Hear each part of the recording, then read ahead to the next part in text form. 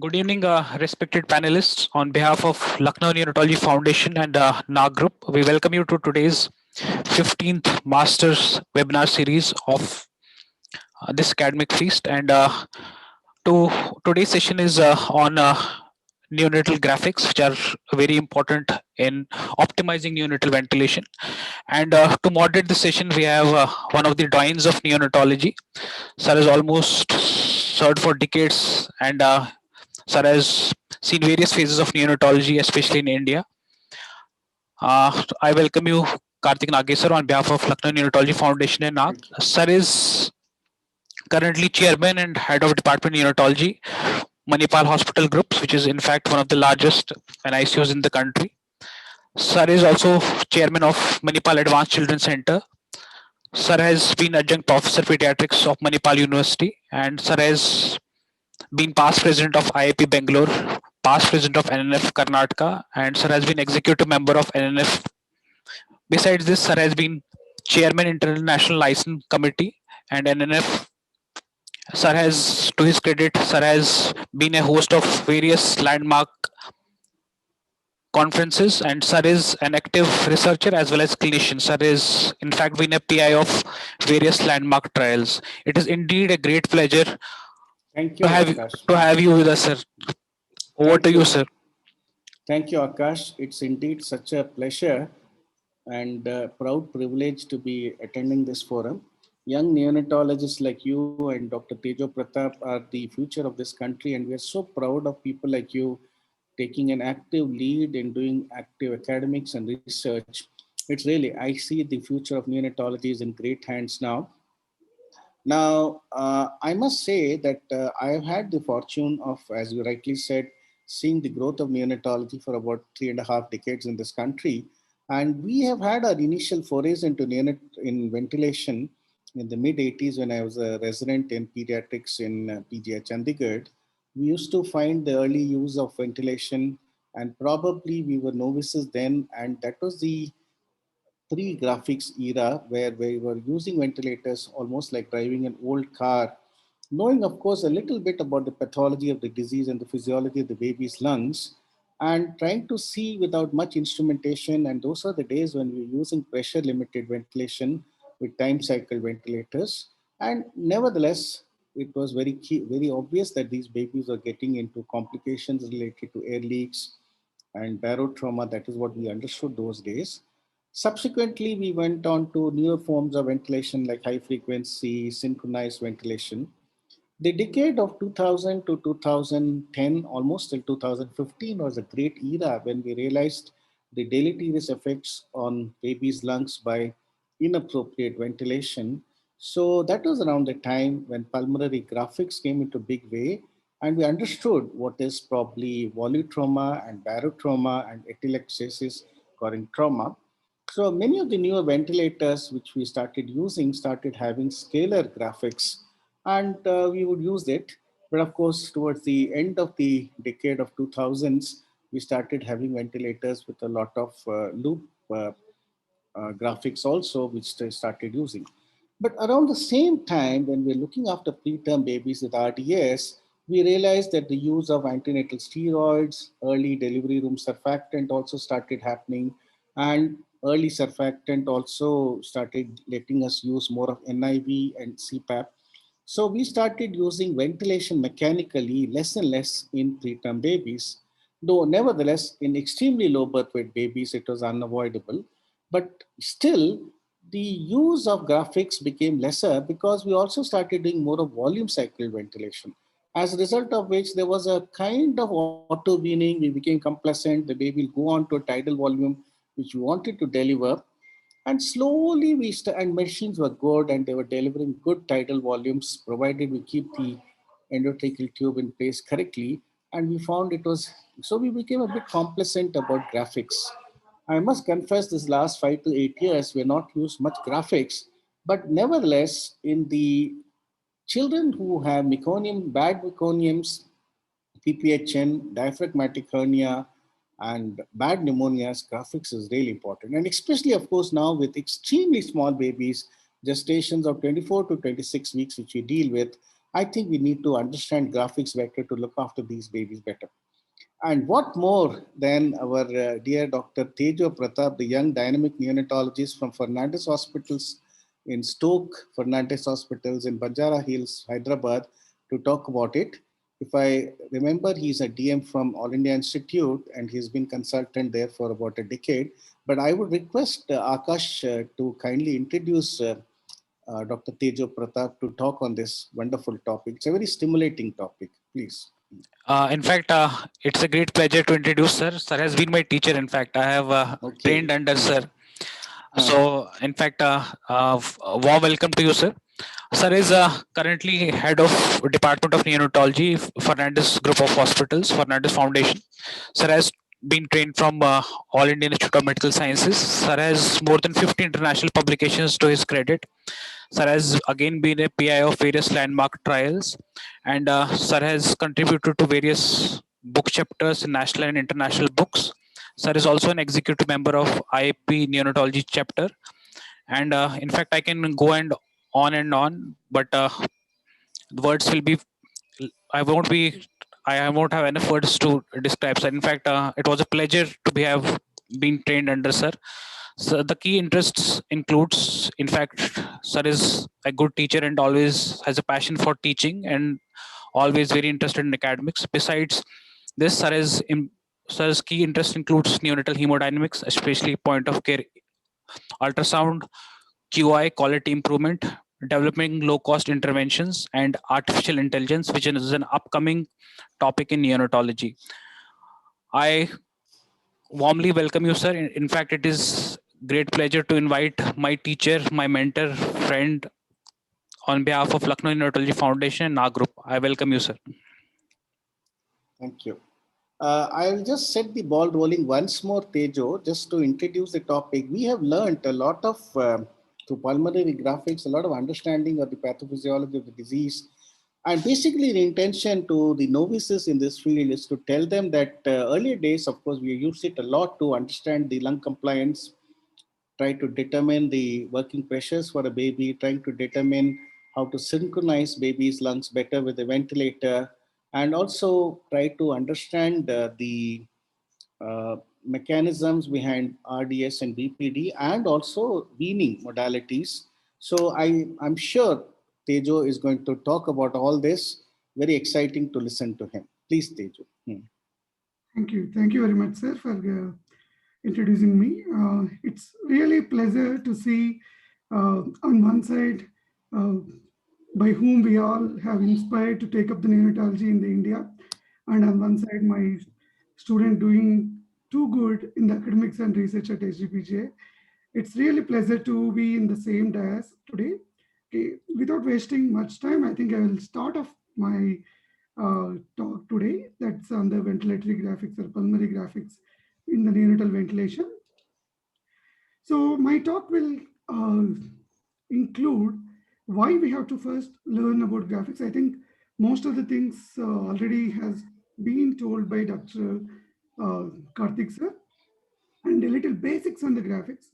And then we'll look at different scenarios where it will be of really help to titrate the ventilation in a better way and also optimize the ventilation and when to wean off, all those things will be a great help for us. So first, need of graphics.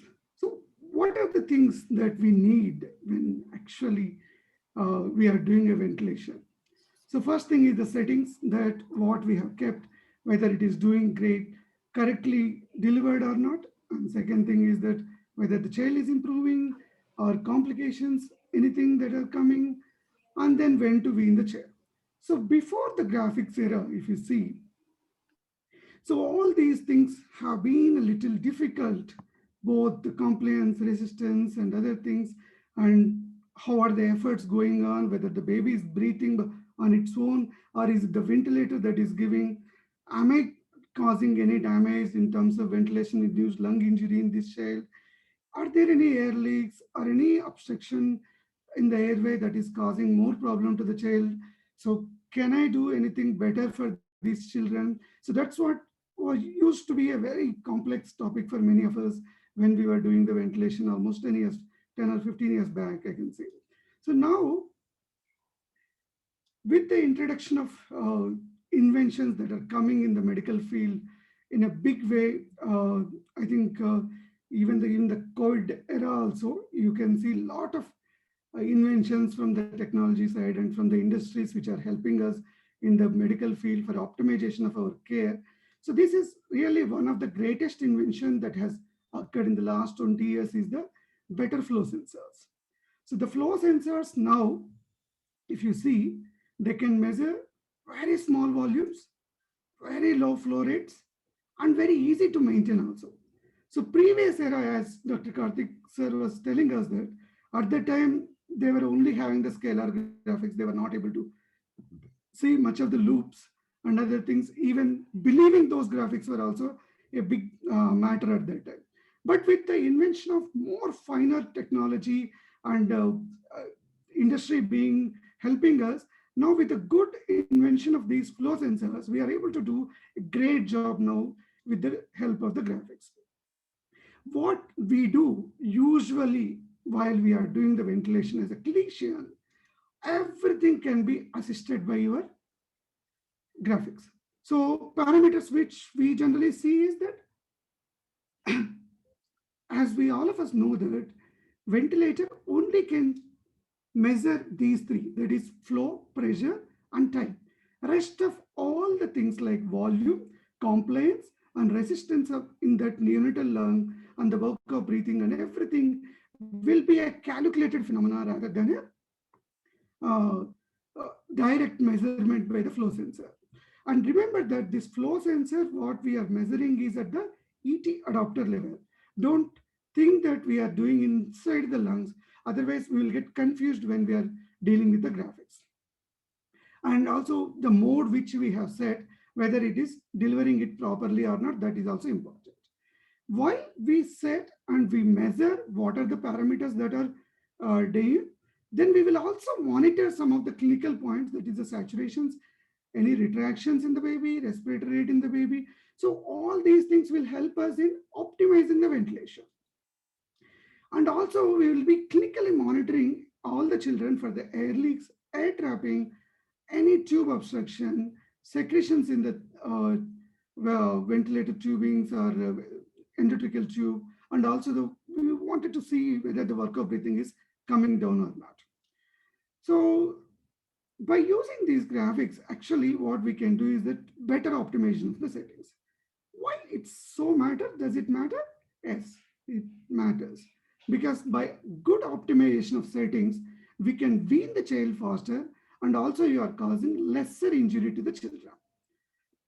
With this background, let's see what type of graphics we have currently in use, which will help us in better ventilating these neonatal, very premature lungs, and which will give us a lot of clues for better optimization of our settings. So grossly, we can classify them as scalar graphics, and second one is the loop graphics. In the scalar, because we will do with the pressure versus time and flow versus time, volume versus time. And in the loops, we will do between the pressure versus volume and flow versus volume. So if you look at the scalar graphics, they are plotted on the time as a x-axis are the time and y-axis as one of the parameter. So for better understanding, first we will look at the only mechanical breath, not for the spontaneous breath, how these graphics will look like. So first, coming to the pressure versus time, if you see typically a pressure versus time graph, it will appear like this. What is it? What does it indicate to us? So if you see here, I'm sorry, I think the arrow mark should be like this. So this is the peak value of the pressure on the y-axis will indicate us that it is a peak inspiratory pressure. At the same time, you are seeing a basal pressure here, that is the PEEP. So you have two parameters here. First, peak end expiratory pressure, and second one is the PAP that we are delivering to that child. So you can grossly see what you have fixed and how it is getting delivered by just looking at this scalar graphic in the beginning.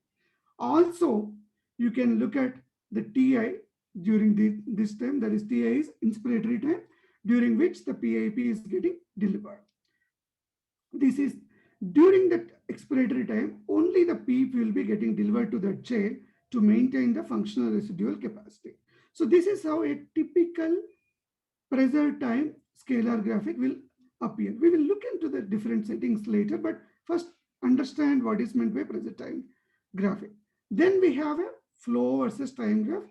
So to deliver the desired pressure, initially the flow will increase and then it will become a plateau once we reach the pressure that is desired, and that pressure will be maintained for that time period, that is the inspiratory time, and then there will be a drop of flow because the expiratory time is getting started. Once the expiratory time is, we are entering into the expiratory phase, then you will have a negative flow. So again, remember here, the positive flow means you have an adapter at your endotracheal tube. The flow which is going into the lungs is considered as a positive flow. That's the reason why you are having a positive flow here. The air which is coming out from the lungs towards the ventilator, it will be a negative flow like this. So this is how it will appear for you on the flow versus time. So as we have already discussed, the initial positive flow is during the inspiratory time. During the expiratory time, you will have the negative flow. So then the graphs will keep on coming for you till the baby is on ventilator. Next comes our volume versus time graphic. So this is also a scalar graphic where the volume initially rises till the inspiratory time and then it will slowly comes out. Again, here also remember that the volume which is coming inside into the lungs is a positive phenomenon. Then you are seeing a negative phenomena here. So similarly, same thing here also it will happen. The initial part is the inspiratory time. Then second tidal volume, once it gets delivers, the expiratory time will start for you. These are the simple graphics. It's very easy. So pressure versus time, flow versus time, and the volume versus time. Then we will look into the loops. So loops, two loops are available. One is a pressure versus volume loop and flow versus volume loop. So in this webinar right now, we will look into some of the normal, how the normal pressure volume loop appear, and then we will also look into some of the abnormal loops for which will help us in identifying the misadventures and also to identify how to optimize the settings in our chair. So this is typically a pressure volume loop appears. So what is here? So you can see initially during the inspiration, the curve will start like this. So initially the pressure starts building up like this, and then in the expiration, the pressure start dropping. Okay. So again, same here, you can see the volume here, the x-axis is pressure. So you can see the pressure building up here and the pressure dropping here. Similarly, the volume you can see which is building up here for each increment in the pressure and the volume, how much it is increasing. During expiration, the volume is again getting dropped. So you are able to see how for each increase in the pressure, the volume, how it is increasing at each point phase of respiration. And that is what is the pressure volume loop that will occur. So just look at the workup breathing because this will help us in diagnosing different conditions later on. So if you can divide the pressure volume loop into A and B, so A is the resistive workup breathing. So the work done by the lungs to the ventilator to overcome the resistance of the lung, thereby inflating the lung. Then there will be an elastic recoiling of the breathing.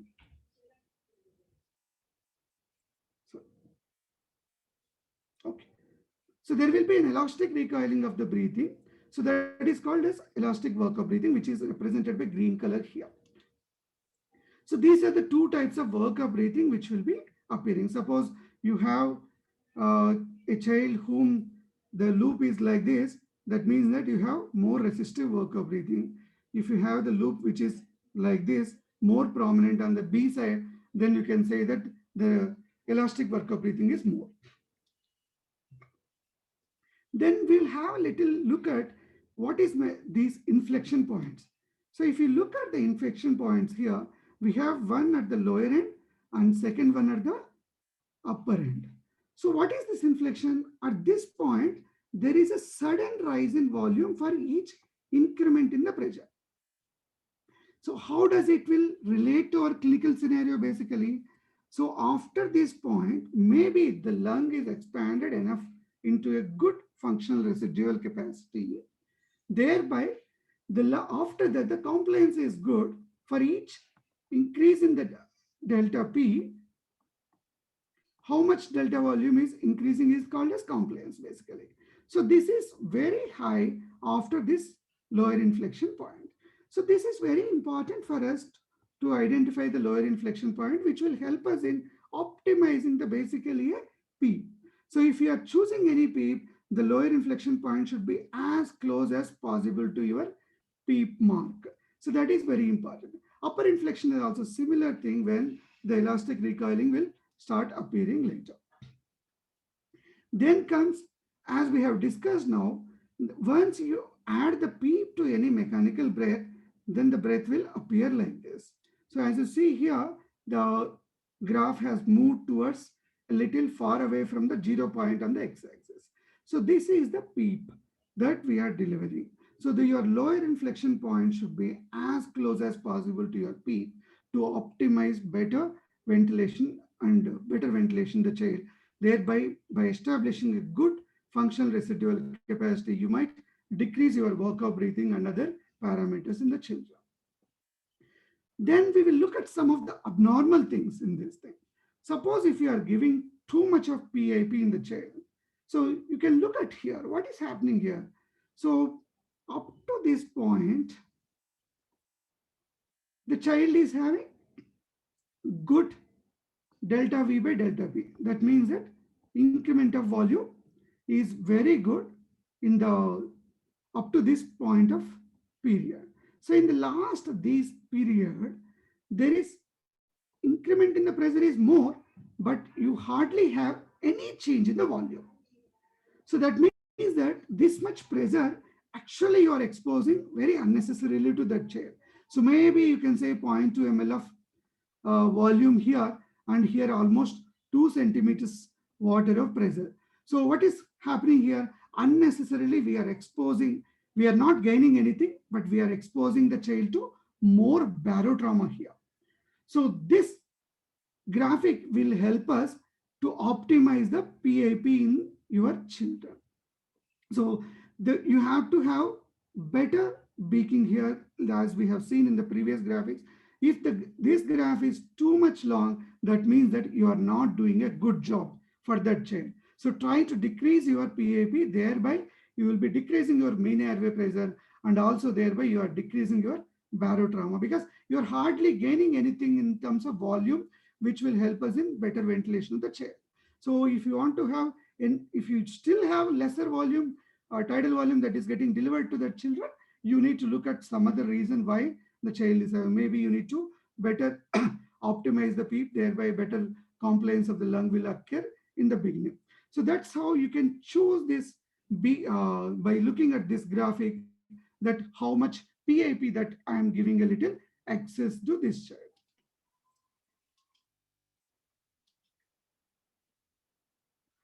So let's look at whether our surfactant has helped that child or not. So as we know that hyaline membrane disease is a poor compliant lung disease because the surfactant is very low, and that's the reason why the child is not able to maintain good functional residual capacity, and there is a lot of atelectasis which is happening, and that's the reason why we are having very poor compliant lung in these children. So that's the reason why your graph compared to previous graphics is at the little towards the right. That means that right means basically delta V by delta P is at the lower end. So that's what you need to remember. So what will happen when you give a surfactant to the chair? So what is happening here now? For each increment in the pressure here, the delta volume which is getting increased is much more after giving a surfactant to this child. So this will help us that compliance in this child has improved. Okay, so that's how you will know that whether the surfactant has helped the child or not. There are technology now in the new ventilators, you can freeze the previous graphic also, and you can compare it with the after 10 minutes or 15 minutes, how the graphic is appearing on that on the ventilator. So this will help us.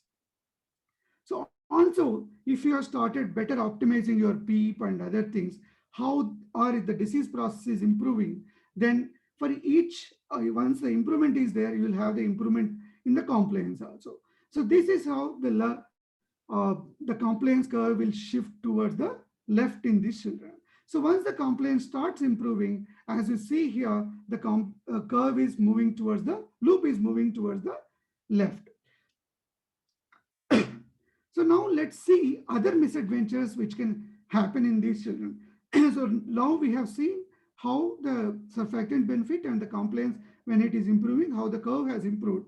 Now let us see if you are giving very high flows or any mechanism by which the child is getting auto PEEP generated. So especially when you have any obstruction or anything, then there could be auto PEEP generation which can occur. So what will happen with the auto PEEP generation? The PEEP curve will move towards the right. Sorry, P point will move towards the right. So same thing, you have to freeze the previous loop there or previous hysteresis there, and then keep observing how it is moving over a period of time. Suppose the hysteresis has moved beyond 1 centimeter point, that means that some auto PEEP is getting generated, whether it is due to airway resistance or due to very high flows on the ventilator or due to any obstruction anywhere in the circuit or anywhere in the major airway or minor airways in the babies. So this is how it will appear.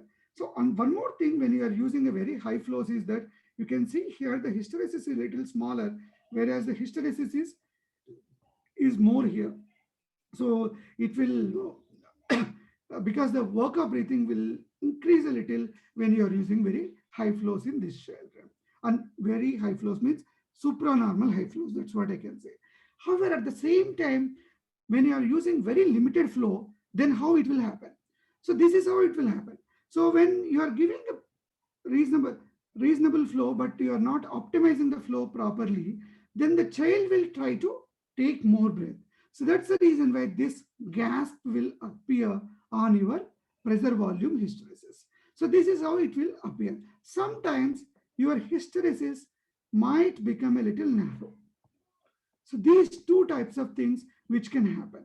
If you are giving very poor, or if the child has any high flow requirement due to the lung, very bad lungs or this thing, so maybe you can have the figure of 8 appearance also. This is called as figure of 8 appearance. So if you are seeing too much of figure of 8 appearance on your hysteresis, then that means that child is having very air hunger. So you need to increase the flows in that child, or look at why the child is having air hunger, either due to any acidosis or a central mechanism which is causing the baby to go expand the lungs very badly on this thing.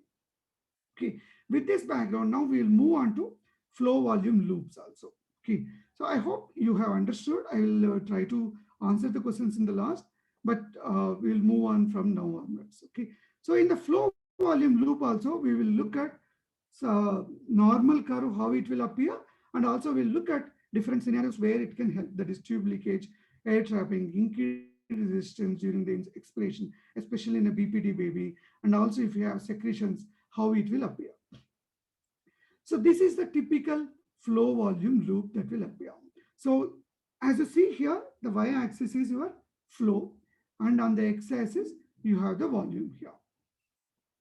So this point is called as FRC basically, and because we are measuring our graphics at endotracheal adapter level. So we need to take it at 0 point as our functional residual capacity and measure the child. So during the inspiration, there will be a positive volume which will be building up at a different flow rates. And then during the expiration, the negative volume will be coming out, and also the flow will be coming also to the 0. That's what it will happen. So flow volume loop is nothing but if you are have an experience in measuring the PEFR in an asthmatic child, similar graphs will be appearing for you. Peak expiratory flow rate, that's what it will appear. So this is the peak inspiratory flow rate that we are seeing in inspiration. At the same time, we are seeing the peak expiratory flow rates that is here. So these are all peak expiratory flow rate will determines us.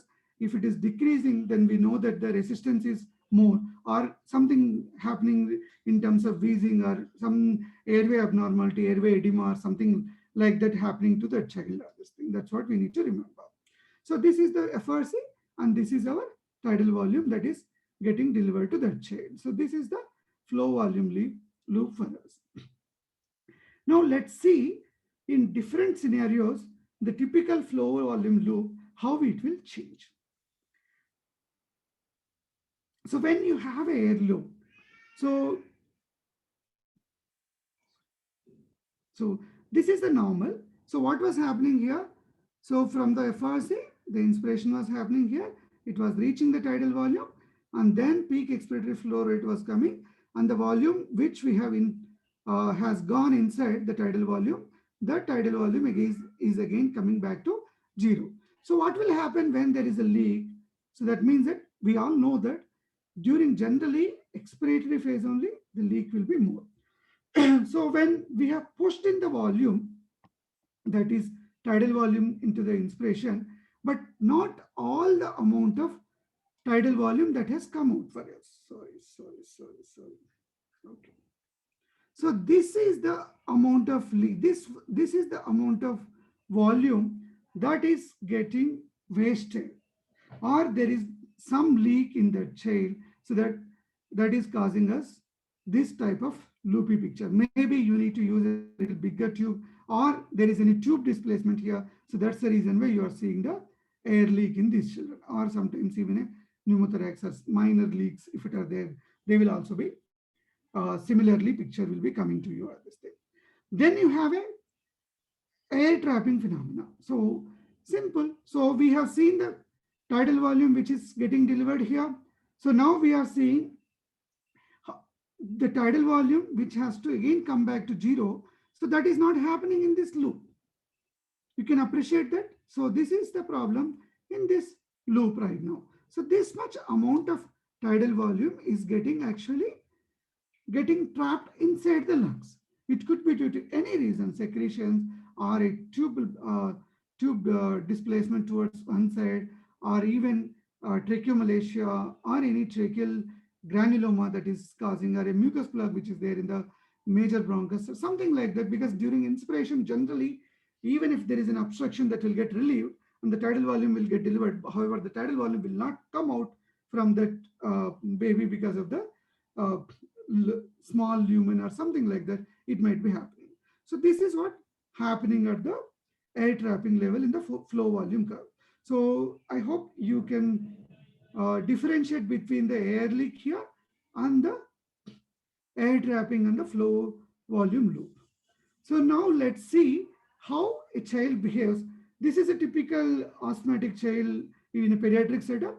But if the child is having any bronchopulmonary dysplasia or wheezing due to any other reason, due to infections or this thing, or an interstitial edema, but thereby there is a little increase in the airway resistance during this period, this is how it will appear. So you can see the peak expiratory flow rate is a little lesser in this child. And also you can see here there is a scooping pattern. This is called as scooping pattern. So I kept a normal curve on the background so that it will be easy to understand for us. So your peak expiratory flow rate is decreasing, and also because of the airway resistance, the flow is not coming out very easily in this children. So this is how the airway resistant child will appear. During secretions, if you have tube, in the tube, many secretions are there. So then this is a rugged pattern that will be there during expiration in these children. Okay, you can see, I'm saying once again that generally when you are pushing the air, most of the times, even if the secretions are there, the flow pattern will be reasonably good. That's the reason why there is no much change. If there are very thick secretions, maybe you can have this type of appearance even during the inspiration also. but especially during expiration only, because the flow is passive phenomena during expiration. So that's the reason why you will have more rugged pattern on the expiration that is happening in the child. Then if you have any obstruction in the trachea due to tracheal stenosis or anything, then how does it will appear? So usually your loop will get shrunk, usually. So this is the usual phenomenon that will happen. So, and many of us will know that if you have typically little subglottic stenosis or into the trachea, little deeper into the trachea, if the stenosis is there, again, there will loop will not be as the typical that is there in the initially what we have discussed. It will become more uniform, and especially even the negative flows also will be very lesser in these children, and it will be smaller loops will be available come for you. And if you have, okay, so when you have extrathoracic obstruction, because it is complete compression, that's the reason why you will have this type of obstructive loop that will be appearing for you.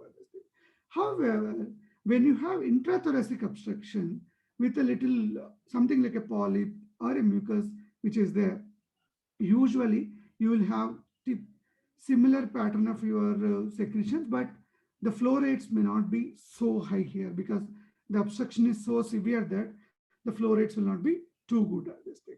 So that's what it can happen. Suppose you have a severe trichomalacia. So here what is happening in trichomalacia is that it is had the more collapsibility in the trachea.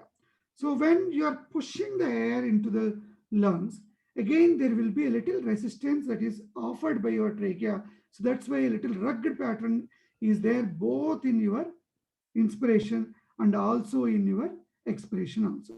So this is how a typical trichomalacia child will have, especially if you have a severe trichomalacia, then only you will be able to appreciate, but minor trichomalicias may not be appreciated so easily on this thing. And we have seen in the pressure volume loop how a hysteresis will change. Similarly, here also you can see if you increase the flow more, again the hysteresis will increase here. The time change much, but up a little if you have very high flow rates for getting delivered to these children on this thing. With this background, we will see 3-4 case scenarios where it will help us in a systematic way. So if you have a child with a Ehrlich syndrome of a baby, if you have a baby with Ehrlich syndrome, so this is how typically in different scalar graphics and different pressure volume and flow volume graphics, it will appear. So you can compare with the previous flow time curve that I have a graphic which has shown. So what is happening here? Because you have a Ehrlich, to maintain the positive peak in expiratory pressure, there is a little more positive flow even during your expiration also. Again, this you can understand if you again imagine that we are measuring this graphics at the endotracheal tube adapter level. So because the PEEP is falling because of the leak, then there will be a little positive flow which is going into the lungs to maintain the better PEEP in that child. So this is the total air leak in that child at that time. So if you look at the pressure volume loop, what will happen here? This is also the typical pressure volume loop that was there that we have understood. So during inspiration, you should not have much of the problem because the pressure and volume is getting delivered to the child. But majority of the air leaks will happen during the expiration. So that's the reason why what will happen, the loop second half of the hysteresis will stop abruptly like this. So this is the whole air leak, that is this much amount of volume and pressure is getting lost because of the air leak that is there in the child. If you look at the volume time scalar graphics again, so you can see that the volume is getting lost here. So that's the reason why expiratory tidal volume is not coming to 0. So at some point only the next cycle is getting started. So this is how it will appear for you. This is a typical volume for you, volume loss that has happened to you. Okay, this we have just now discussed only about the flow versus volume loop, how it will appear. So this is your typically air leak. This much amount of flow is getting lost because of the air leak. I'm sorry, this much amount of volume has got lost due to air leak in the chair. So let's see the air trapping phenomena also, how it will appear in this shape. So this was a typical flow versus time curve for us. So then see how it will happen if you have child with the air trapping. So what is happening here? The flow is not coming to zero. So this is your air trap. So the flow is not coming to zero. So this line which is represented here will show you that this much air trap is there in the children of this thing. So that's how flow versus time curve will help us in air trapping. Suppose if you want to look into the flow versus volume air trapping, similarly, the volume is not coming to zero here.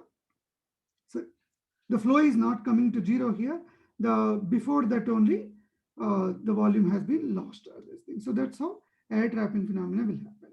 So again, if there is a positive balance inside the lung field, again the hysteresis move will towards the right because the auto peep generation will happen because of the trapped volume inside our alveoli in these children of this thing. So this is the way how the air trapping will happen in this children. So apart from these case scenarios, we can able to see how many are spontaneous breaths in the child and how many are assisted breaths or controlled breaths in the children of this thing. So typically a breath when it is getting delivered by the intermittent mandatory ventilation, so this is how it will look like this thing. Okay.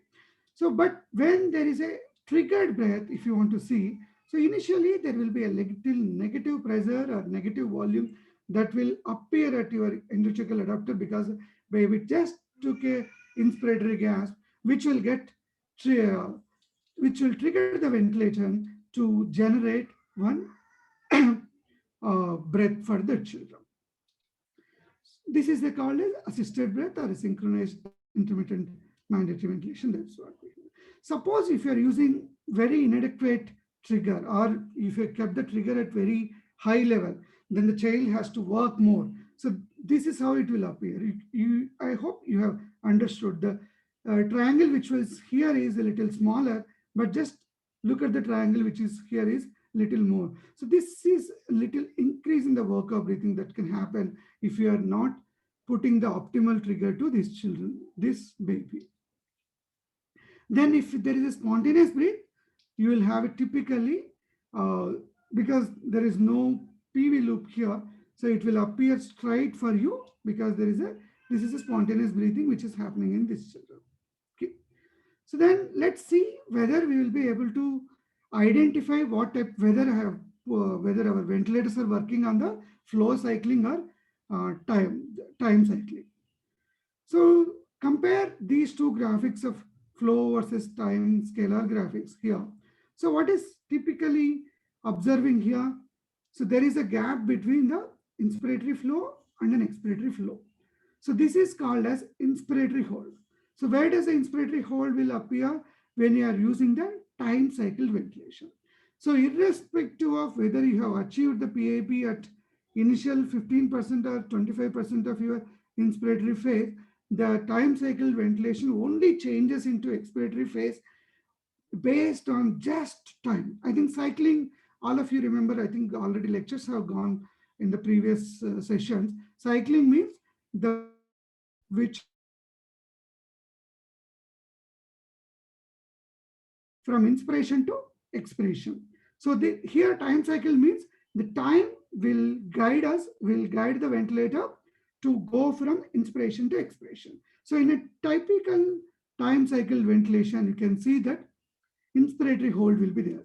Whereas in a flow cycle ventilation, it's because baby is breathing and the termination sensitivity, once it comes, the expiration will get started. So in a typical flow cycle ventilation, you will not have any gap between the both inspiratory flows and the expiratory flows.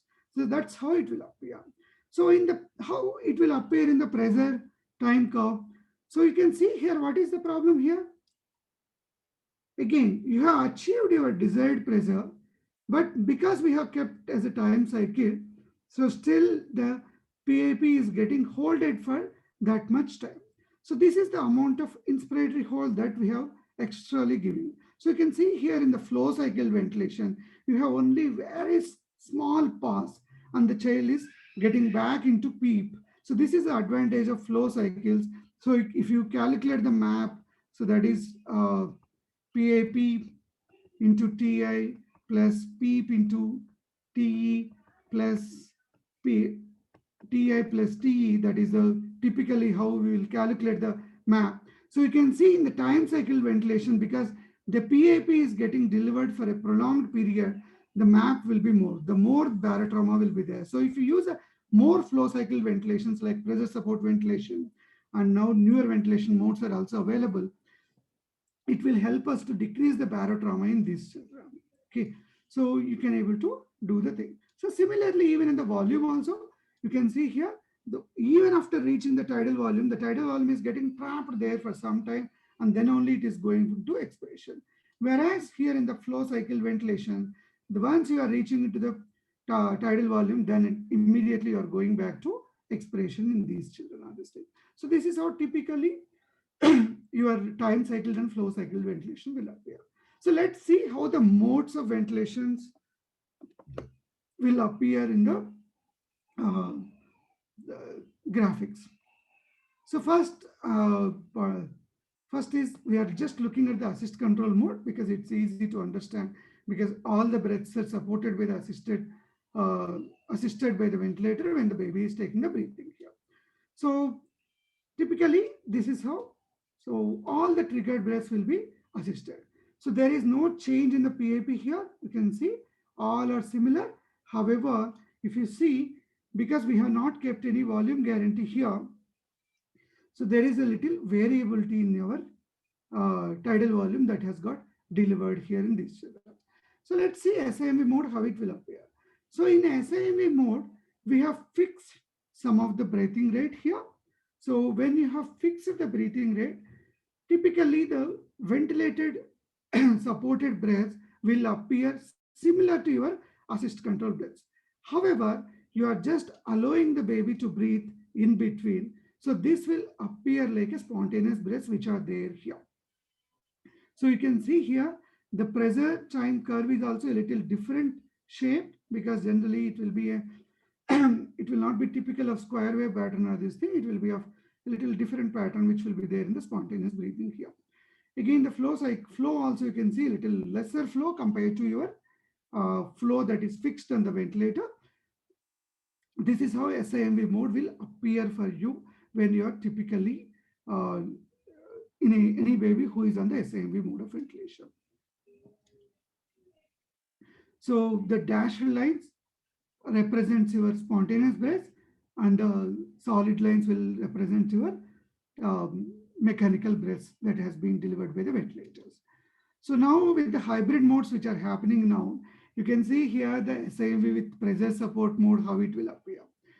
So it's almost similar what we are thinking previously, but if you compare the pressure time curve, so here it will go back to again to that typical square shape or minimal cycled pattern which will be there here for these children. Okay, so they will appear similar to your mechanical breaths.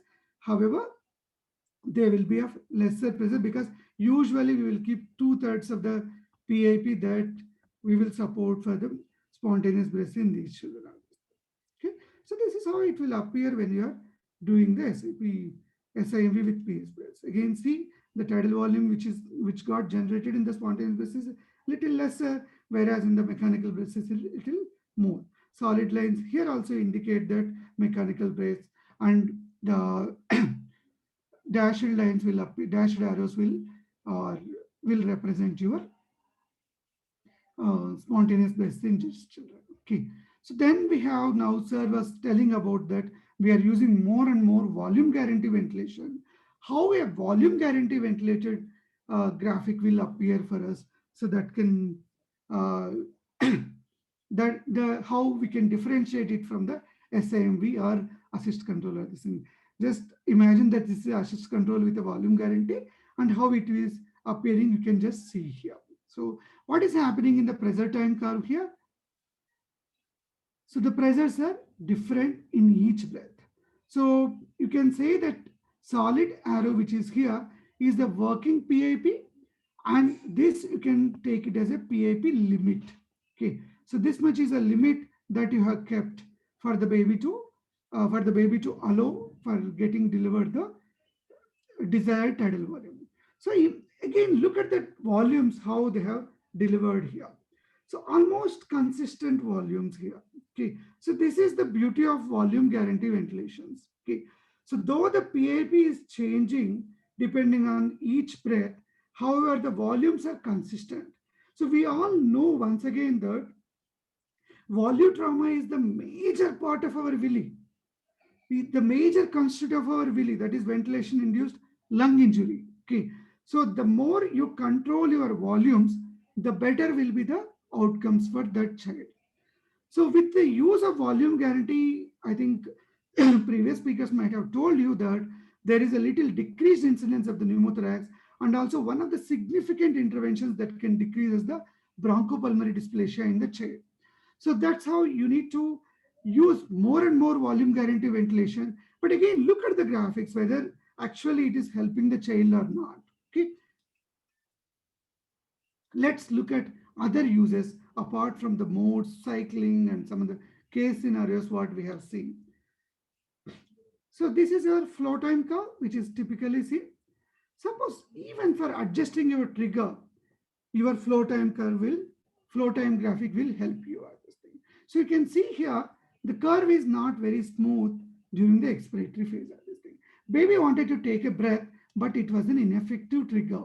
So this is how an ineffective trigger appeared during the expiration, while still the mechanical expiration, breathing expiration is going on. Suppose you have a double trigger due to any reasons like water in the circuit or due to any other central nervous system problem. If the child is having the issue, then the double trigger will appear like this.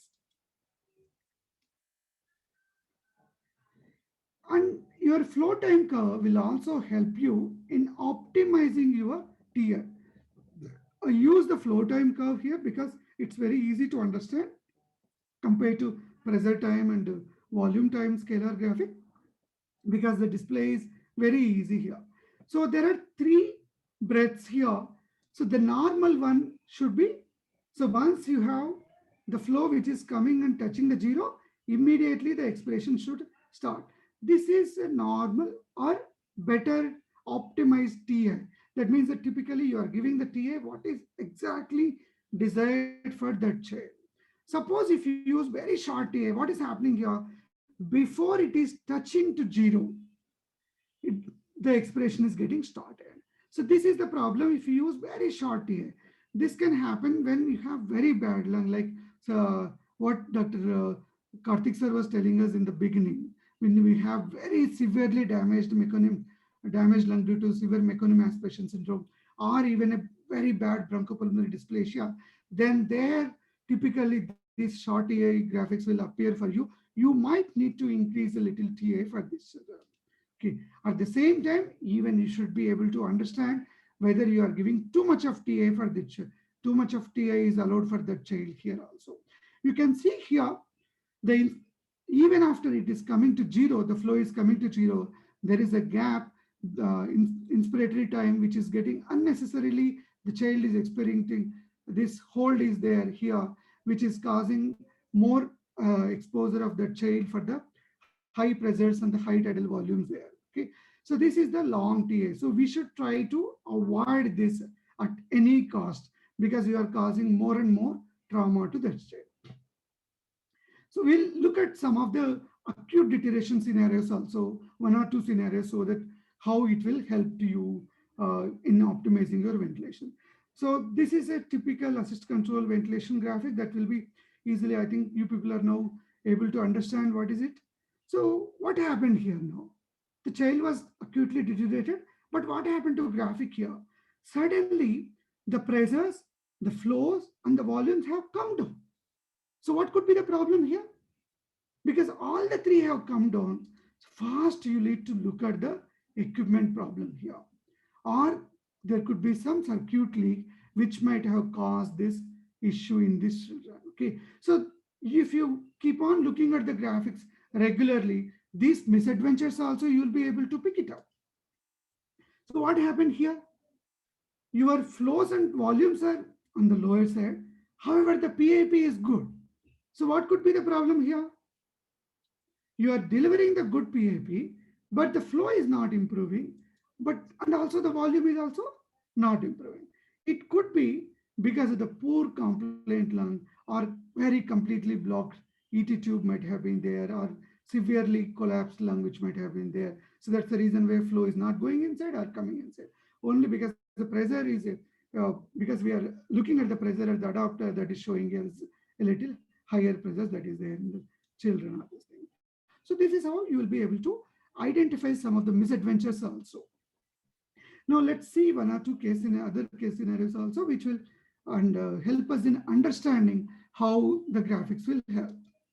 So just imagine how this is a typical pressure volume loop in the style, which is there on the day one or day two. On PAP, imagine this is a 30. So now what happened here? I'm just drawing the curve here so that it is easy for you. So what happened here? A zone in the hysteresis is increased. So the resistive work has started increasing. Okay. So the PAP also here has moved from 13 to 16. So the lungs are becoming a little bad. So the lungs are offering more resistance. They are not expanding properly. So something is happening in this child. Okay. So what happened here? Again, I am drawing here. So both your A and B have moved towards extremes. So both your resistive work and the elastic work has increased. So what could be the reason here? Again, see here, it is on day 28. PAP is almost 18 to 20 here. Even at 18 to 20, you are seeing that very bad compliant lung or resistance work is very high in these children. So what could be the problem? There is a worsening compliance and resistance. Typically, if you have a preterm child on day one with a good graphic, and on day 28, if you are seeing this type of graphic, so then what could be the problem here? It could be just bronchopulmonary dysplasia. So you are having increased work of breathing because of the very bad lungs that is happening.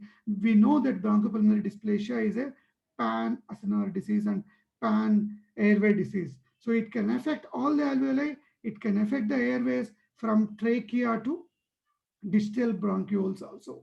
So this is how it will appear a pressure volume loop of a bronchopulmonary dysplasia baby if you are monitoring from day 1 to day 28. There are predictive models even in the based on the ventilator graphics also, whether this baby will go into bronchopulmonary dysplasia this thing. So I'm coming to one more scenario. So what might have happened to this child? What is happening here? Some pressure is coming, but suddenly abruptly it is stopping. There is no flow, and the negative flow which is there here. And the volume is suddenly rising and then again getting stopped. What could be the problem here? I'm giving you one more clue here. So you can see that normal PV loop here, but the PV loop initially increasing, but there is nothing coming back. So this was a typical flow volume loop. Again, we are having only inspiratory flows here. There is no expiratory flows. So if this is there, it's an emergency for us. Okay, what could be the reason? It could have been due to accidentally extubated child, or ET might have been displaced. So this is also one of the misadventure which can happen to these children. So this is my last case scenario. We'll come to the key messages now. So we can learn a lot by observing our graphics. Okay, so more and more I think we can do. I think that now iNICU concepts are also coming. I'm just looking at the industry if they can integrate the graphics and also with the vital parameters and look at the different working models and then thereby predicting the ventilatory graphics better way, and then we can optimize the settings. I'm hopeful that happens soon. So it will complement your clinical monitoring and also sometimes can replace your ABGs and vital monitoring if you are closely following it in these children.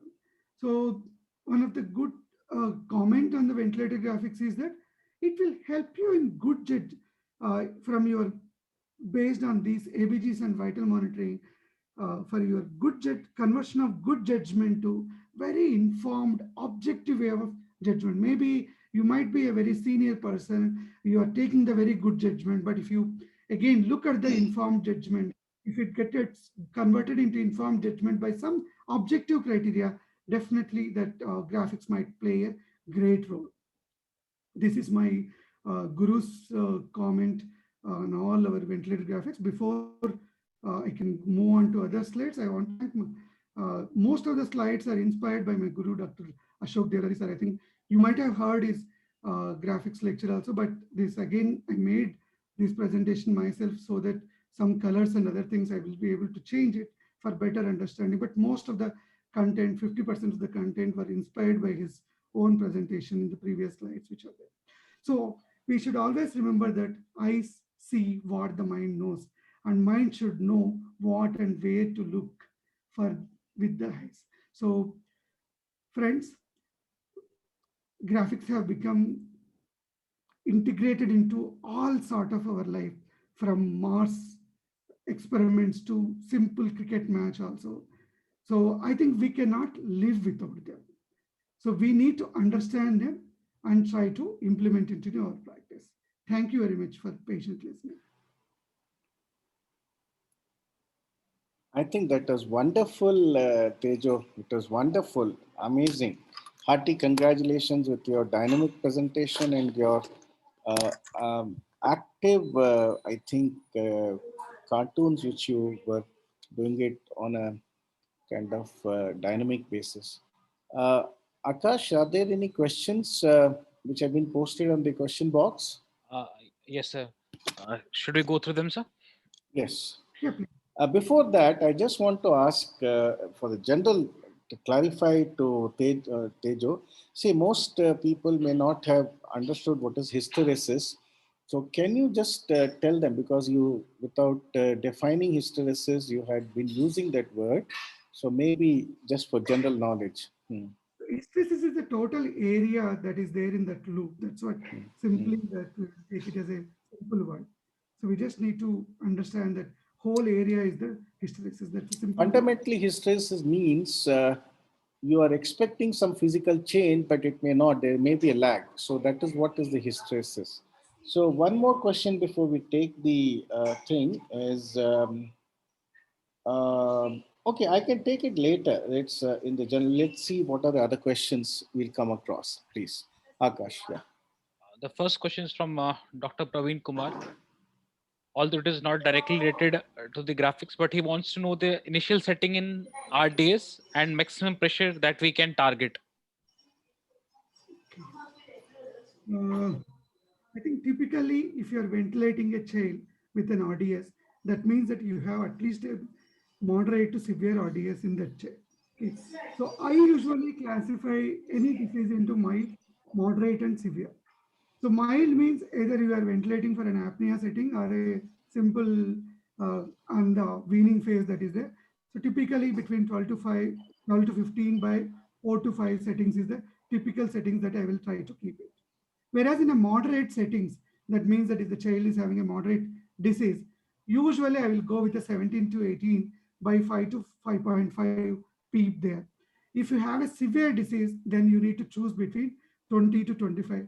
But I usually, once we are ventilating, start as a moderate RDS and then keep on increasing or decreasing based on your clinical signs, that is the chest rise, and also you can take the help of your graphic and look at the retractions and optimize your settings. Maybe midway 18 by 5 I'll start and then keep on increasing it. That's what I can say. Maximum, I don't think that anybody can define it, but now with the high frequency oscillator ventilation use, we are not going beyond 25. Correct me wrong, sir. I think Karthik sir can tell us, but we are not going beyond 24 or 25. We are more worried about that phasic increase of barotrauma that can happen to these children. Peter, just to add on to that excellent answer, because of This era of antenatal steroids and early delivery room CPAP in even in early uh, treatments with surfactant and ELBWs, as you rightly said, will start with maybe pressures of 16 to 18 by 5. But then if you start with volume guarantee, that is what I would start with, volume guarantee with SIB or SIPPV, you don't have to worry. The automatic weaning happens and automatically it adjusts the pressure. If you keep the you see the working pressure is lesser than the set pressure. So we don't have to worry. Most of the times we are not in. This is the era because the 15 years back, I was all the time watching the chest rise, watching the air entry, getting the X-ray done, trying to see the expansion of the ribs. But it doesn't matter now. Now with volume guarantee, most of us are quite comfortable with that. I hope that answers the question. You keep a very short eye time. I would not usually increase it to more than zero point 0.3 or 0.35 because the time constants have to be less in Yeah, RDS. That's what I would that's what do. yes. We also use 0.35 to zero point 0.2, not more than that. Not If more you are than dealing this. with very extreme, maybe you can even choose zero point 0.3 also. And the pre-ductal oxygen target of 90 to 95 is what we'll keep. I think that should be okay. It's almost all set now, the pattern of starting to ventilate babies. Yeah. The second question is from Dr. Samarth Vora. He wants to know how ventilated dysynchronies can be overcome with the help of ventilator graphics. So why the dysynchrony happens actually? Okay. First thing, are we giving proper proper PAP, proper P, and then we are giving proper TA, or the trigger is good or not? These are or even the rate also. Are you keeping the rate properly or not? So your graphics will help you to optimize your PAP, to optimize your P, and even the TA, even a little extent to respiratory rate also you can able to adjust based on your, you can see how much respiratory rate is coming. Is there any auto triggering that is happening in between all this thing? That's a phenomenon. You can look at it. And if you have the baby is having too much of triggering unnecessarily because of any other phenomena due to pain or this thing, maybe it may not be a good idea to keep that baby in the assist control or this thing. You can come down to SIMV or this thing where the synchrony might, uh, sorry, opposite way. Yeah. So that can happen. So we can look at the mode of ventilation. We can look at the TI, optimum TI it is happening, or too much triggering of breath. Is it any respiratory time that is getting proper or not? And then you can look at the respiratory rate. If there is any beaking happening, or if you are giving very low PEEP, sometimes that could be the trigger for your dysynchrony. And then you can look at the mode also and then see how best you can help the child. That's what I can say. And also look at always dysynchrony may not be due to ventilator. It might be due to other clinical condition like some secretions could be there, circuit might be dysfunctional, and the child might be having some other pain. Look at other optimization settings in the child. Even a hypothermia can also come. You can synchronize the child. Tejo, just to ask you another question, do you usually sedate babies in the initial phase when you're ventilating them, or would you just uh, any sedation would you use? We are not actively doing it, sir, but we are giving pain relief with the fentanyl in the acute phase so that the child will be a little better tolerating the tube. So slowly, I think we can even come out of that. Okay. Okay. But if you have a PPHNK, yes, definitely yes. Yeah. So if you have a significant PPHN or we are going towards little high settings, definitely yes towards the sedation and both complemented with the analysis. Okay. The next question is from Dr. Ravi Kiran. He wants to know how to set a trigger. It's based on the graphic or just normally only? Just normally. He wants to know because there are different parameters to set a trigger in different ventilators. So he's confused between whether to set it 0, positive side or negative side. Okay. So I think we need to understand what type of ventilator first we are dealing with it. Okay. So there are pressure triggers, volume triggers, and you have even the flow triggers which will be there. So if you have pressure triggers, maybe the negative thing which will be there. But nowadays, in most of the ventilators, they have been what do you call logarithmic to some positive values only. So trigger 1, 2, 3 like that only nowadays in Accutronic and both in the SLE and other things which are there currently. So it's easy now to look into things much better. Any comments from you, Sir Nagis? No, I would not be able to answer that question. I'm sorry. Unfortunately, I was actually hoping to ask Tejo the same question. I would not be able to answer this question at all. That's right now, but only thing is that initially when the baby is having sick disease, then you can keep the value at a little lesser. Then the more you will increase from 1 to 3 or 1 to 4. It all depends on which type of ventilator you are using once again, because some are flow triggers and some are pressure triggers. Suppose if you take the SLE, I think it's a pressure trigger. But if you're looking at a Drager and other Accutronic, they're flow triggers, I think. So this is how you need to look into it, and then you need to take a call, because now most of the ventilators have logarithmic to absolute values rather than the negative and positive values which are there. The only thing is we can adjust the termination sensitivity. Most of the ventilators we can keep it. Usually they come preset at around 15 to 20%. That's one thing we can change. But I do not know in a termination sensitivity. Definitely we can change the termination of flow. That we can change. But I don't know whether triggers you can change or not. The base, Yeah, in sick babies, you need to keep the trigger at a little lower level so that the baby will be able to synchronize better.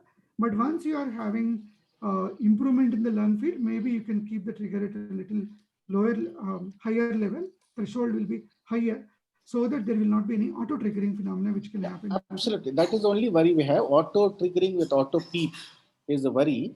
So with air trapping, in fact, that was one question I wanted to ask you. You've shown air leaks, you've shown gas. Well, you have shown gas trapping, of course, as one. So if the residual volume is high, uh, if you have your tablet screen available, how would the loop look like? Can you just explain? So that's what's a flow volume loop. Actually, if you see FRC parameters, so I'll just try to. Probably the flow volume loop will, or the pressure volume loop will go shift towards the right, isn't it? Yes, pressure volume loop also will shift towards the right. I Yeah. will just. Hmm. Many of the times, the problem for us is that we will be just looking at the loop only. So other parameter that I forgotten is that because many of the things will be autoly adjusted. Suppose you are taking the flow volume loop here. So this is your volume and this is the flow here. So you start from the FRC, then you have a positive loop like this, and then you are coming here. So when you are not adjusting your x-axis parameter, suppose I'm just taking the numbers here. I am taking it as 0, 2, 4, 6, and 8. Here I will take 2, 4, and 6. Okay. See what happens here when we are having a residual volume which is getting trapped inside the lung. Actually, this loop has to move towards the right. Yeah. Entire, typically yeah. like Entire loop. Yeah, but what happens actually when you are observing, it will be there only. Okay, but your x-axis might have come to 2. Correct. Okay. So this is how it will appear for you on this thing. So keep on observing your x-axis also how it is moving. That will help you in the ventilator graphics much better. Absolutely. Even this will happen with the pressure volume loop also. Same way. That reminds me, Tejo, basically, fundamentally, I wanted to also tell the audience, you can have many ventilators show it as you have now shown as a clockwise measure. Sometimes it's anti-clockwise also, but it's all the same. You have to get used to your ventilator. So right now what you showed is an inspiration and expiration. Expiration, it's in a clockwise you're shown. Sometimes it can go that way also. That is also fine. Yeah. So The next question, Akash, is The next question is from Dr. Saurabh. He wants to know, in ventilators in which we cannot set the flow, how to set the flow, and what is the role of trigger sensitivity in weaning? I think trigger sensitivity in weaning we have addressed, Akash, because Yes, we sir. need to keep a little higher threshold. That's what we need to do. See, there are fixed flow ventilators, and then where we can do the manually, we can adjust the flows for the chair. So fixed flow ventilators typically like SLE.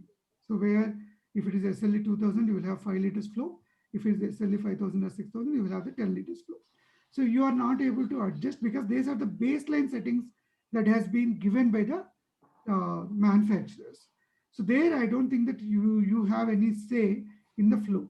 But that machine is manufactured in such a way that there will not be much barotrauma by the 10 liters flow because they are using a typically different circuit, and also inside also valves will be different for that for that ventilator.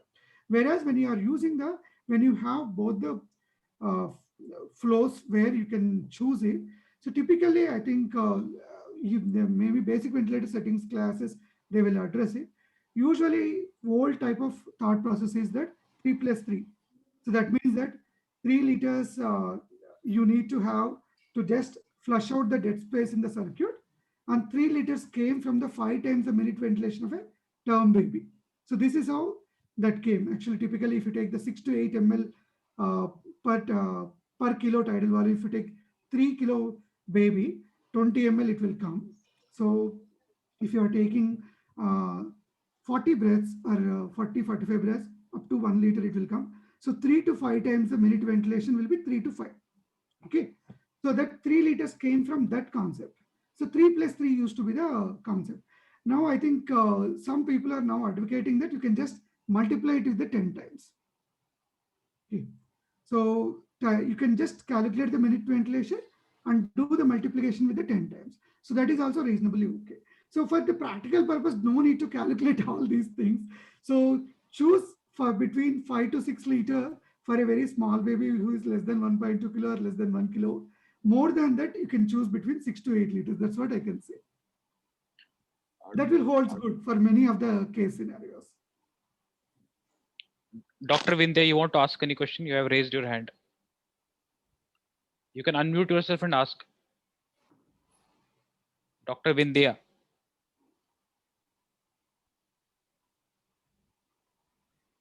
Dr. Vindya, are you there? Our next question is, what is C20 by C ratio and what is its significance, sir? Okay, I'm just it's going back. Yeah, it's a good question. Actually, Tejo had alluded to it. When you have that over distension in the pressure volume curve, typical beaking as we call it, maybe Tejo should show that the Yes, sir. ratio of C20 to dynamic compliance. So compliance is a measured thing on the ventilator. Okay. We'll go back to that only. That's okay. Okay. So typically a pressure volume loop, if you see, because pressure volume loop is very easy to, why I'm choosing is that because our compliance depends on these two parameters. So for unit change in the pressure, how much unit change in the volume that is happening. So our compliance means delta V by delta P. Okay. So you have it typically one breath like this. Okay, sorry. I think this is how it will happen.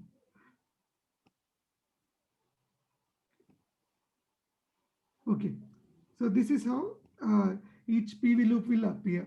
Suppose if you are measuring the compliance here, so you can divide it into 5 parts once again.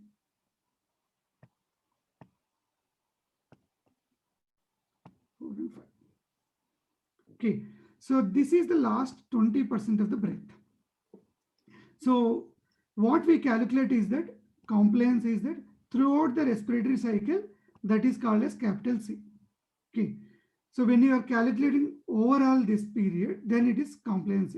So when you are taking C20, that means that last part of the ventilation, that is the last 1/5 of the breathing, how the compliance is there. So this is the that's what they will calculate. And we will look at the ratio between C20 by C. In a good ventilator settings, it should be near to 1 because the child should be able to, or more than 1, sorry, I can say. It should be more than 1 because total compliance will be around, if you look at total compliance, the highest, better compliance will be when the child is aerated better at a better lung volume or this thing. So last part of the volume will be much better because you have the cycle curve which is going like this, compliance curve which is going like this. So that's what we need to remember. So last part will be definitely more than the 80% of the compliance that we have calculated. So C20 by C is nothing but last 20% of the breath compliance uh, divided by total compliance in that breathing. So I have already told you about this thing. Sorry. If you have it is more than 1, that means that you are ventilating at a better level. So suppose you have a beaking like this. What is happening here for the C20 by C? It will be something like a 0.3 or 0.4. Okay. So that means that you are not ventilating the child child better way. So try to maintain that your C20 by C should be at least near to 1. If possible, it should be more than 1. That's what I can say. Fundamentally, it means, as Tejo has nicely pointed out, anything of the C20 by C ratio, if it is less than 0.8, it means the baby's lung is getting over distended. So you need to come back on the PIP. If you see the PIP here, it is more, let's say it's 2 or 3 centimeters, but the relative increase in the tidal volume is not much. So you're over distending, it's getting a beaking. So that is therefore a chance of polytrauma in this baby. So this is what it, if you typically keep on seeing the beaking pattern and the C20 by C dynamic is less than 0.8, it will indicate. Most machines will give you the ratio also. You can see it in the side panel. So it indicates you're over ventilating the lung. So this is a fundamental thing you have to understand. So you need to try to reduce the PAP so that you're not causing harm to the child. Yeah. The next question is from Dr. Kiran.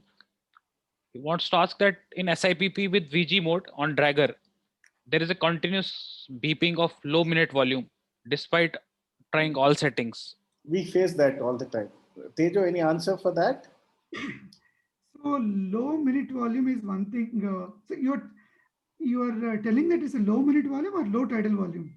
No, see, this is a fundamental thing. I have in fact called Draeger engineers many times to our NICU and biomedical also. We used to have this problem. And this is a good question the doctor has asked, Dr. Kiran. See, what happens is many times in the center of the panel of the Draeger, suddenly you'll say MB low, it says, and it keeps beeping.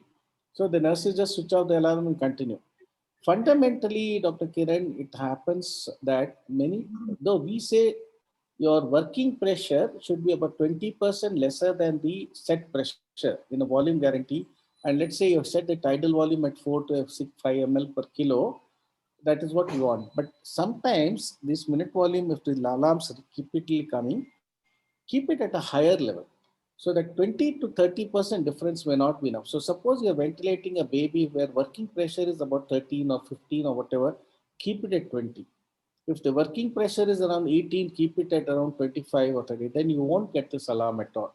This is a problem in Draeger. We have seen this, but you can't do. You just keep the pressure limit which you have set at a higher level. I do not know, Tejo, whether you've seen this, but if the machine gets a bit old after some time, we have been seeing this problem. I think that's the best thing to do. So two volumes that we need to discuss when we are using the volume guarantee, lower volume guarantee especially. One is tidal volume not achieved. That will be alarm will be coming. And second one is the minute ventilation, which is low. Okay. So if the tidal volume is not achieved, I think what Dr. Karthik sir has told is that we need to keep the pressure limit a little on the higher side so that there will not be much alarms for you, which is happening. See, what happens is that suddenly there might have been some secretion. So that's the reason why the child requires a little more PAP for that breath.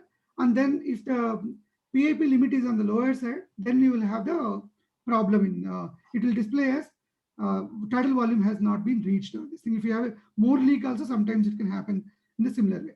Minute ventilation, generally, sir, I think it's the main alarm limits issue. Okay. So you need to go and look at the minute ventilation alarm limits. Many of the times we don't look at it, okay, in the dragger, because that is measure 2, I think it will be there. Correct me, Akash? Yeah. It will sir. be there in the measure 2, I think. Right, sir.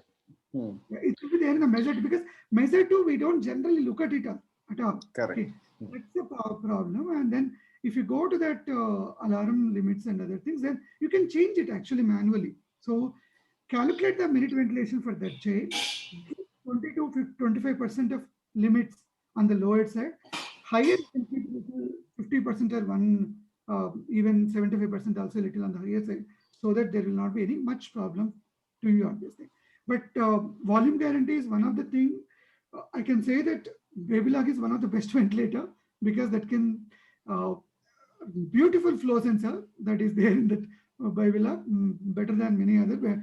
I'm not propagator because I have only one machine with the Babylog, but Kessler's review articles, if you see, I think that Kessler has done a phenomenal work on this flow sensor, and he has come out with a beautiful flow sensor. I can say that's what I can say. So that has been reflected in the newer machine that has come now, but it's too costly to be offered to all the places at this thing. That's what. In fact, if the alarms are not set right, it is not the problem with only dragger, but with any ventilator, especially Yes. the hospitals which are shifting the ventilator from pediatric to neonatal, neonatal to pediatric.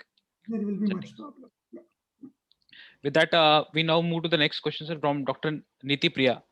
She wants to know that for a baby with extubation failure, how should we approach ventilator settings and what should we look for in the curves to ensure appropriate proper ventilation? Okay. This is a little bigger question now. So, see, extubation failure, why it happened first? Okay.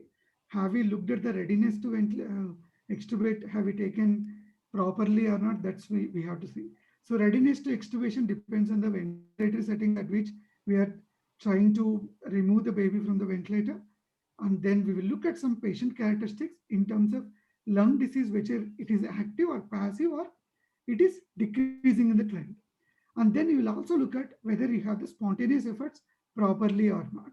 And also your metabolic milieu and other hemoglobin nourishment, and whether you have taken care of that caffeine, giving caffeine just before the extubation and other things. These are all important things that we need to look. Normally, the extubation failure will happen. One thing is that many of the times it will be post-extubation complications. So that will be either related to airway or related to lungs. So airway problems will be tracheal stenosis or glottic edema is the most common. And sometimes even the glottic injury might have caused a little resistance. Then you have in the lungs, usually it is the collapse. That is the most problem, because the child was exposed to that much positive pressure ventilation. Once you are removing it, you have the collapse. So these two are the preventable factors you can do with the better physiotherapy. And if you're ventilating for longer, you can give a little dose of dexamethasone to decrease edema, and then do your adrenal nebulizer, other things that will help you in the things. So if the child starts worsening there, so the problem here is that baseline disease, how it was. Okay, if the baseline disease was moderate, then upon which if you have a collapse, then you will have higher chances of extubation failure. So suppose it is on the zero disease or the mild disease, then even if you have left, suppose you have upper lobe collapse, still you can try to do with the CPAP or non-invasive ventilation in that chair. Okay. Sometimes what happens is that because the poor compliant chest in the small babies, once you remove the baby from the ventilator, suddenly there will be a collapse of the alveolus. Okay. So there you might need to keep a little peep on the higher side so that the baby will be better maintained on the pressure side. And this is what I can say. Stop. Because these are the things that we can see. And then once the baby is re-intubated, you can reassess the ventilator graphics, whether it is a P problem or a PIP problem that we have chosen. So then we can look into it. That's what I can say. Thank you, sir, for that elaborative answer. The next question is from Dr. Bharat. He wants to know in future whether we can see graphics in non-invasive ventilation also, like CPAP, NIV? Karthik sir, maybe I think No, you can. fundamentally, it's like this. If you have a well applied mask, covering the nasal interface is very good, either a prong or a mask with no leaks. Fundamentally, you can You can. use that. But the problem occurs, many babies, though we say babies are mostly nasal breathers, many babies take some breaths from the mouth also. So you may not be very accurately determining, even if it's a well applied mask, the graphics. It's not very accurate. But yes, it's likely if good fitting masks are there or nasal prongs are there, you can probably get some idea, especially chronic BPD and all that you can get. Of course, as I keep telling, you have to be observing babies more closely, especially in long-term management of chronic BPDs. Babies will tend to accumulate a lot of air because there is a lot of airway obstruction, so air gets accumulated, and babies are primarily tracheomalacic if they're BPD, and with all these non-invasive methods also a lot of air trapping occurs. So you may not be very accurate, but it can be, because if you look at non-invasive ventilation, most of the advantage of, if at all look at graphics, it will be in long-term babies. Acute management of non-invasive ventilation post surfactant is not much. We usually get away without ventilating babies or even not CPAP, not for long. I'm talking about the very small babies where we will have challenges, but uh, the interface has to be really well applied, and you'll be still missing out some of the leaks from the mouth. We need to have a better flow sensor, Yes. and also auto leak Hmm. adjustments are getting done in some of the ventilators now. So I think more and more we will see ventilator One thing graphics. is happening that, for example, I was talking to the Nihon Cordon people. They brought out a ETCO2 monitor for even non-invasive measurement. So things are going to improve. I'm sure it's going to happen in the future, because more and more smaller babies we are looking after, even in this country, who have higher tendency for chronic management requirement for BPD or whatever. So you need to know, because you cannot keep doing invasive blood gases all the time. You can't keep doing x-rays on these babies all the time. You need to have some modalities. So for example, today only I was telling one of my registrars, we have a 500 grammer, 68 days old, still on NIV. And I said, you have to be active and try. See, there's another thing. Olden days in the 90s, we used to be at the bedside all the time because of wanting to assess babies every few hours, going and seeing whether the chest is raising well or not, because we are all doing pressure limited ventilation. There you had to closely monitor the babies all the time. But once volume guarantee came, we are also relaxed. It's an auto weaning mode, and we were easily, hardly doing much. Most of them were auto weaning down. Practically, the baby will come down to weaning settings and will extubate. The challenge now is these extremely small babies who are 500, 600 grammars. We need to assess how much is the lung inflated. See, I'll tell you frankly, today morning, I was telling my registrar, this child is on NIV, good respiratory support, no infection, child is looking good, the work of breathing is also good. You have to, over this weekend, work hard to get this baby down to CPAP or to HFNC by whatever means you do. Bedside management is maybe NIV should come in a big way for that, to help us to look at long-term babies. Absolutely, sir. Hmm. Next question is about a baby having a lot of spontaneous breaths. How to deal with it? Okay, so the thing is that spontaneous breaths, if the child is having too much, uh, the things usually, I'm not going into again to lung disease here. Most of the times it should be because of the non-lung issues. Okay, or even in a meconium aspiration syndrome baby, it can happen because high inflammation in the lungs, which will keep triggering the diaphragm and other things that will cause more problem to the child or this thing. Okay, and along with that one, we need to look at any pain issues in the child, and also you should look at central nervous system causes, and also could be due to some acidosis issues also. If the child is having too much of acidosis, that acidosis keep on triggering higher rate of breathings. So these are the normally first you should try to correct these things. So then if there are two, if you have corrected this, and then if you are going with still having spontaneous breaths, maybe we need to look into either assistant control mode, or that is SAPPV, or a pressure support ventilations will be better, because at some point of time, the baby will choose their own spontaneous breath mode.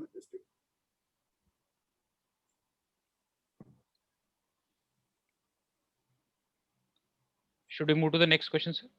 Yeah. Dr. Karen wants to know if there is constant bubbling from mouth in a child who's on HFNC or CPAP. Does that imply we are delivering too much pressures? Don't think so. So don't think so, Akash, because we have seen a lot of babies like that.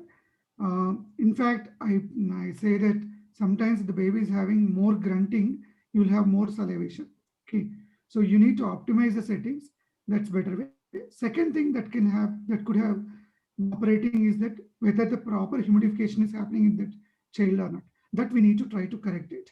And third thing is that sometimes, though we will teach that 5 liters flow as a standard for peripheral people, easy to use for the nurses to choose the 5 liters flow and then keep on operating the PEEP. If the child is having these type of issues, maybe you can just optimize the flow a little to lesser level till the bubbling is minimally seen in the child. But generally, usually it's not due to PEEP. That's what I can say. Sir, your comments, Karthik? No, basically bubbling doesn't mean anything much. It doesn't mean. The only basic fundamental thing which everybody should understand is in HFNC, you have to make sure the mouth is open, and because it has a high tendency to cause air leak syndrome suddenly, and the nasal cannula should be loosely applied, maybe covering not more than 50%. Whereas the opposite is the case in CPAP, you need to have a tight fitting cannula there, a prong, and sometimes we do even chin strapping to prevent the leakage. So sometimes I'm little worried in the periphery, people do the reverse and there's a high chance of, so there's an important question, important thing I want to keep on emphasizing, that high flow nasal cannula, if you're using, the mouth should be open. And on the other side, if the CPAP is there, you should make sure the nose as well, the prong is fixed, and sometimes you can do a little chin strapping if required. So next question is one of the commonest often asked in exams and vivas. What is when to use bicarbs? What are the indications of using bicarbonate? Soda bicarb. I can say that we will rarely use it, first thing. Okay. I think Akash remembers me telling about one article by Judy Ashner. Maybe you can share it with all the people. Yeah. So pediatrics, I think it's in the pediatrics. I think it's either pediatrics or yeah. Judy Ashner is the lady who has really brought it to the forefront in the mid 2000s. She said absolutely no question of using bicarb. So even useless therapy, they will say. So in extreme situations when the child came, especially from outside, and you don't have that much time for the inotropes to act, and the pH is then 6.9, even the inotropes also won't act that period. Maybe for buying some time, you can give 1 or 2 milliequivalents over a period of 3-6 hours and then stop it once you are trying to correct. Because if all the people read that article, I think no one will use the bicarbonate. So that's what I can say. Okay. Yeah. Lot of complications, the bicarbonate. I wanted to stop that also, but I try to water that in extreme situations. But even that also, you need to keep square root of the, maybe square or cubed of that extreme situations. We need to use it. We should not use it very regularly. That's what. So we should use it in the rarest of the rare situations and should try to treat the cause, whatever is the underlying cause. Finally, although sir, majority would like to know it, which is the best ventilator in Indian setup with good graphics and function? I don't know. That is the last question for today. I don't think that we can answer anything. Dr. Karthik sir can. See, ultimately, as what Tejo showed his nice slide, whose Professor Devrar is saying, what the mind does not know, the eye does not see, and you can't interpret. I am fundamentally of the opinion whatever machine you use with basic decent functionality of graphics, that should be good enough. We are not here to suggest any particular machine or something. You have, see, I'll tell you frankly, this last 14, 15 years, we got so many Draegers in our unit. I also sort of in the beginning of this session told uh, we don't use it as much. Even the scalar graphics which are available, most of my residents don't even see it. So it's a question of first trying to adapt yourself to see it more often, to see your own machines which are available. And then it's like, having an old car at home, at least start using it more often. Then you go on to a higher car. So you have to see the utility and the facilities which are already available in your machine which is existing. Making a big investment on a big machine with all graphics and all that, it doesn't make sense because you may or may not be using it at all in your day to day until you have good, kind of knowledge and a kind of good kind of intuition and a good understanding of the whole pathophysiology of the disease as well. See, there are many things we don't understand. For example, if you look at chronic BPD closely, you will find the chest wall is rising well.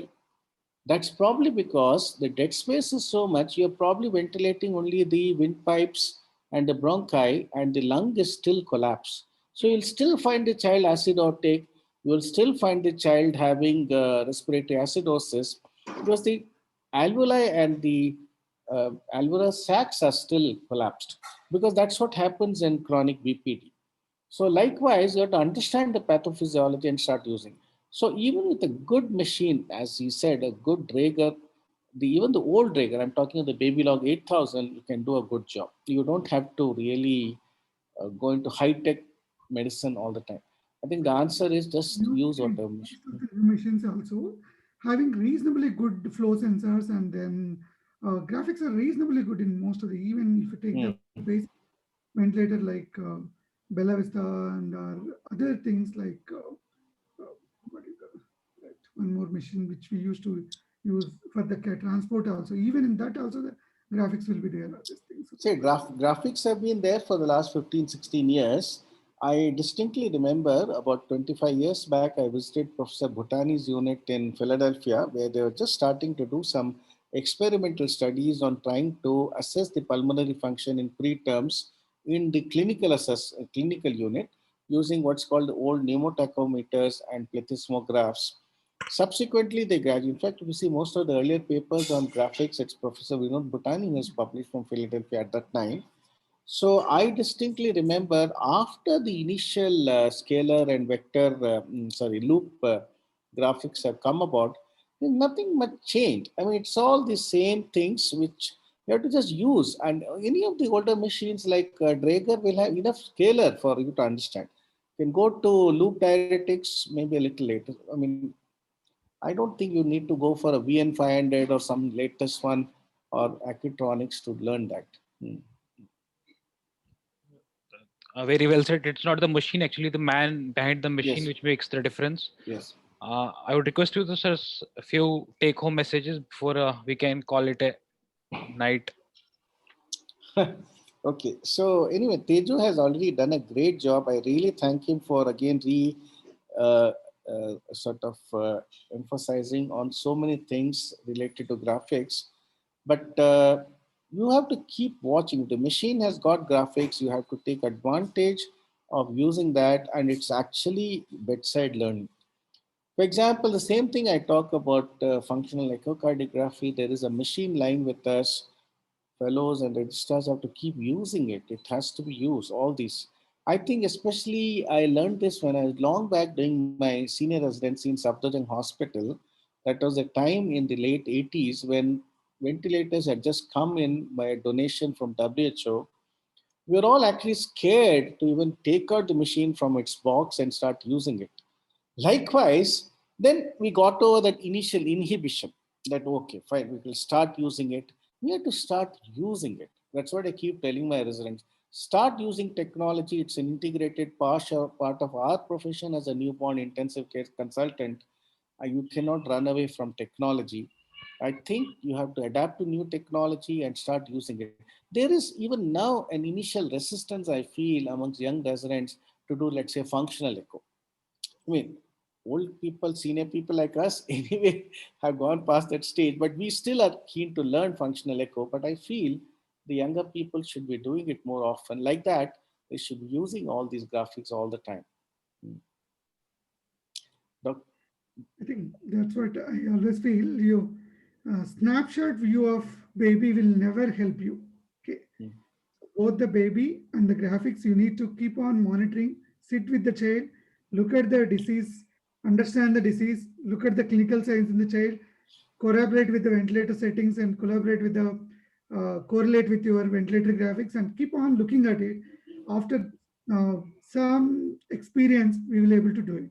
And I always go with that word that it's not the ventilator which can save the child, it's only our mind, clinician mindset and clinician knowledge and clinical acumen that can save the child. Otherwise, with SLE 2000, so many lives could not have been saved. I can say that. Ravi It Khanna, was sir, a you have simple any? machine, but with that machine, so many lives. There is one more additional I just want to say. Graphics is not the end all everything. There's a lot of limitations of graphics because the disease process you have to understand in a child. Now, for example, if there's a baby, somebody asked a question about increasing respiratory drive. The baby has increased respiratory drive. That means the baby is producing tidal volume, and therefore the measured tidal volume which you have is not necessarily only the one. You have to take into account it. Basically it may not be denoting the complete because it reduces, therefore the relatively, because the interruptible pressure increases, relatively the delivered pressure becomes lesser. So many times graphics you have to take into account what is the disease pathology happening. Like somebody was mentioning about chronic PPD, there's a lot of air trapping happening, so the you may not be able to exactly assess. Most of the air is either lying in the airway or stuck in the airway. So you have to be able to understand the disease. It's very important. Thank you for those words of wisdom.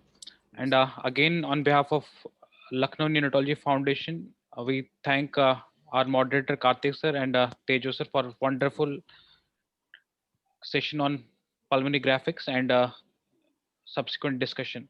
Before we end, we have Dr. Ravi Khanna sir. He wants to ask something. Ravi Khanna sir, kindly unmute yourself and ask the question.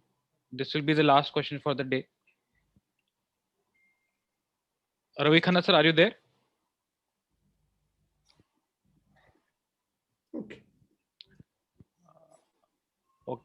Okay, so I think with that, we are again grateful to our speaker, moderator, and all the participants for attending this session. Thank Thank you you so so much. much. Thank you so much, Akash, for a wonderful session. It was a great evening. Thank you, Tejo, for enlightening us so well. Wonderful. Thank you. Thank you, sir. Thank you.